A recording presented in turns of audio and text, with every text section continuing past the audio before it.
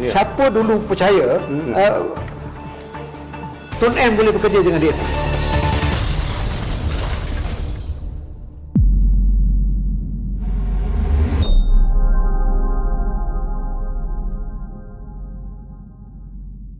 Ya. Datuk dah petik saya nak makan. Ya. Sekarang saya boleh makan apa yang Datuk sebut tadi. Okey. Cuma saya nak tanya satu soalan. No problem. Sebab saya dah kenyang. Saya nak tanya, bagaimana Datuk nak mengembalikan sokongan orang Melayu khususnya terhadap parti-parti Bumi Putera ni, parti-parti yang ada sekarang ni, parti-parti yang banyak Melayu, macam mana nak kita kembalikan? Sebab Datuk dah petik. Betul selang. You petik, you nak makan tapi you tak betul-betul terang. Ya. Parti UMNO lah contohnya. Saya bagi contoh. Okey, contohnya. Jelas. Dia betul serang. Okey, kita betul serang. Dia siang dan terang lagi. Betul. Jangan bersuluh lagi, tidak. Parti UMNO umpamanya, ya, yang diwujudkan sejak sekian lama, 46 sebagainya, merupakan, saya merasa I don't belong to any political party. Saya bukan ahli parti mana-mana. Tapi saya sangat-sangat terkesan, saya sangat berhutang budi apa yang telah parti lakukan kepada diri saya sendiri. Dan umpamanya kalau you rakyat Malaysia, apa yang telah kita nikmati dari sebuah negara, you tahu tak, semasa kita merdeka dulu, negara ni dari segi tahap pembangunan kita jatuh kepada peringkat 100 terbawah dunia. Kita sama dengan Kenya, kita sama dengan Lesotho, kita sama dengan negara-negara yang sangat mundur semasa itu. And over time, selepas saja 50-60 tahun selepas kemerdekaan itu, kita telah 8-9 kali ganda, 10 kali ganda daripada negara itu. Apa maknanya? Ini bukan datang bergolek. Ini semua hasil daripada perancangan, hasil daripada pengorbanan orang-orang yang mendukung. Dan sudah barang tentu semasa itu Perikatan Nasional, Barisan Nasional semasa itu telah mengemudi kejayaan. Dan sebut sajalah siapa pemimpin-pemimpin negara yang semasa ini yang kononnya dari parti lain yang bukan bersama-sama Barisan Nasional semasa itu, daripada Tun M, daripada Tan Sri Mahyudin, daripada siapa saja pun, semuanya termasuk kumpulan-kumpulan PAS umpamanya, bersama-sama untuk membangunkan negara dalam kerangka perikatan yang kita ada itu. Betul. Jadi saya rasa tidak salah lah. Dan saya berasa hutang budi sebab kalau tidak tidak jadi seperti apa yang kita dapat sekarang ni. Ramai orang kata, "Oi, parti ini bawa kemusnahan dan sebagainya." Yang ada depan mata, yang menjadi hampir menjadi negara maju ni, siapa yang bawa? Dan kita sebenarnya kalau pergi luar negara, kita adalah contoh kepada sebuah negara yang membangun. Mana-mana orang negara membangun, daripada negara Afrika ke, daripada even ASEAN country pun melihat kita sebagai contoh, sebagai sebuah negara membangun yang sangat berjaya.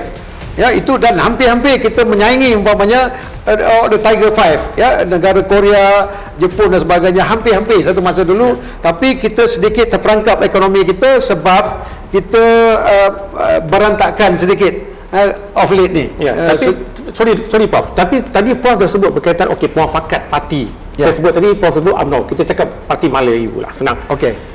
Tapi halnya yang baru ni, kenapa UMNO pula tak mau sertai sedangkan PN parti Melayu? Oh, bukan. Itu ini mungkin saya lontarkan soalan itu. Itu bagus sebenarnya, tapi you kena lihat di segi perspektif yang lebih luas lagi. Kalau saya suka mengambil pendekatan, kalau mereka sama mereka, sebab mereka yang direbutkan adalah satu kawasan Melayu saja. Kita sebenarnya dalam sistem politik kita sebenarnya ada segmen tertentu.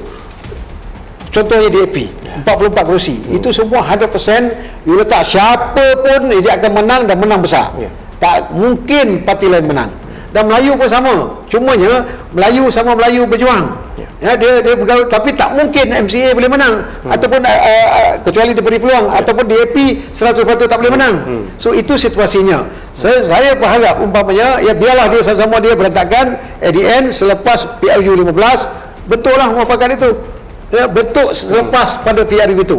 Daripada sekarang kita nak memaksa diri, mendesak untuk nak kerjasama, sebab tak nampak formula pun. Saya tak nampak formula umpamanya bagaimana untuk nak pengagihan kursi. Biarlah dia sama-sama dia tengok siapa yang bagus, dan kita tengok Melayu yang bagus untuk dipilih, membentuk kerajaan dan membentuk satu perikatan selepas pilihan raya. Itu pandangan saya lah. Saya setuju dengan pandangan Prof Datuk. Okey, saya nak menarik perhatian pada satu lagi perkara, Prof. Mungkin Prof boleh tahu pandangan yang diberikan Datuk Seri Anwar Ibrahim. Baru ni dia pernah datang sini dan cerita tentang mungkin ilham dan pandangan dia. Tetapi kenapa tadi Prof sebut desak, kenapa beliau masih mahu menjadi Perdana Menteri? Kalau saya peringkat dia, saya masih tetap nak mau jadi Perdana Menteri ya. Sebab dah diambang menjadi Perdana Menteri. Dah sedikit dah, takkan nak tepi je sentiasa ya. Dia kalau ada peluang dan sekarang ini dia dah nampak juga sedikit petanda bahawa dia kemungkinan mungkin dapat sokongan.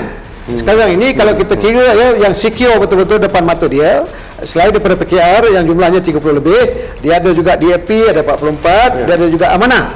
So 3 ni dah solid, dan juga dia boleh pikat warisan dan sebagai banyak kalau dia boleh pikat GPS dah bentuk kerajaan. Ya, UMNO pun bukan semuanya. UMNO pun saya percaya.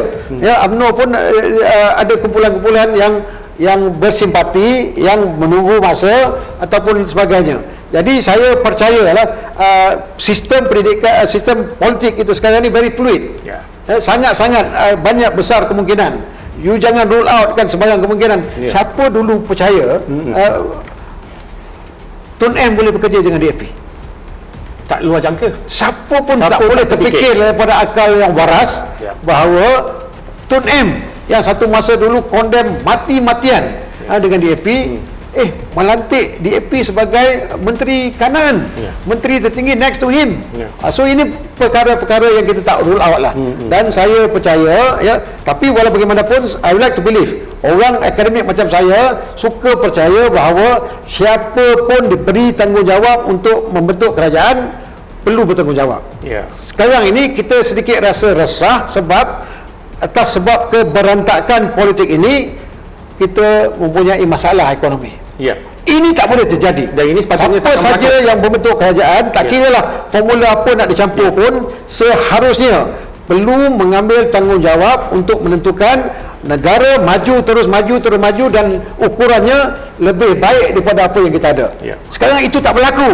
Kita tengok ekonomi kita menguncup. Kalau umpamanya katakan nak salahkan pandemik COVID, negara lain maju, negara lain lebih maju, lebih boleh lebih meningkat lagi. So kenapa kita tidak boleh berada pada tahap itu? Saya percaya, saya masa kecil-kecil tu belajar kenapa Malaysia membangun dengan lebih pesat. Jawapannya semua orang jawab betul adalah kestabilan politik. Yang itu kita nak, kestabilan politik dalam kerangka baru, bahawa siapa saja yang membentuk kerajaan perlu mempunyai kerajaan yang kuat, perlu mempunyai kerajaan yang bertanggungjawab, fokus kepada pembangunan negara dan masyarakat.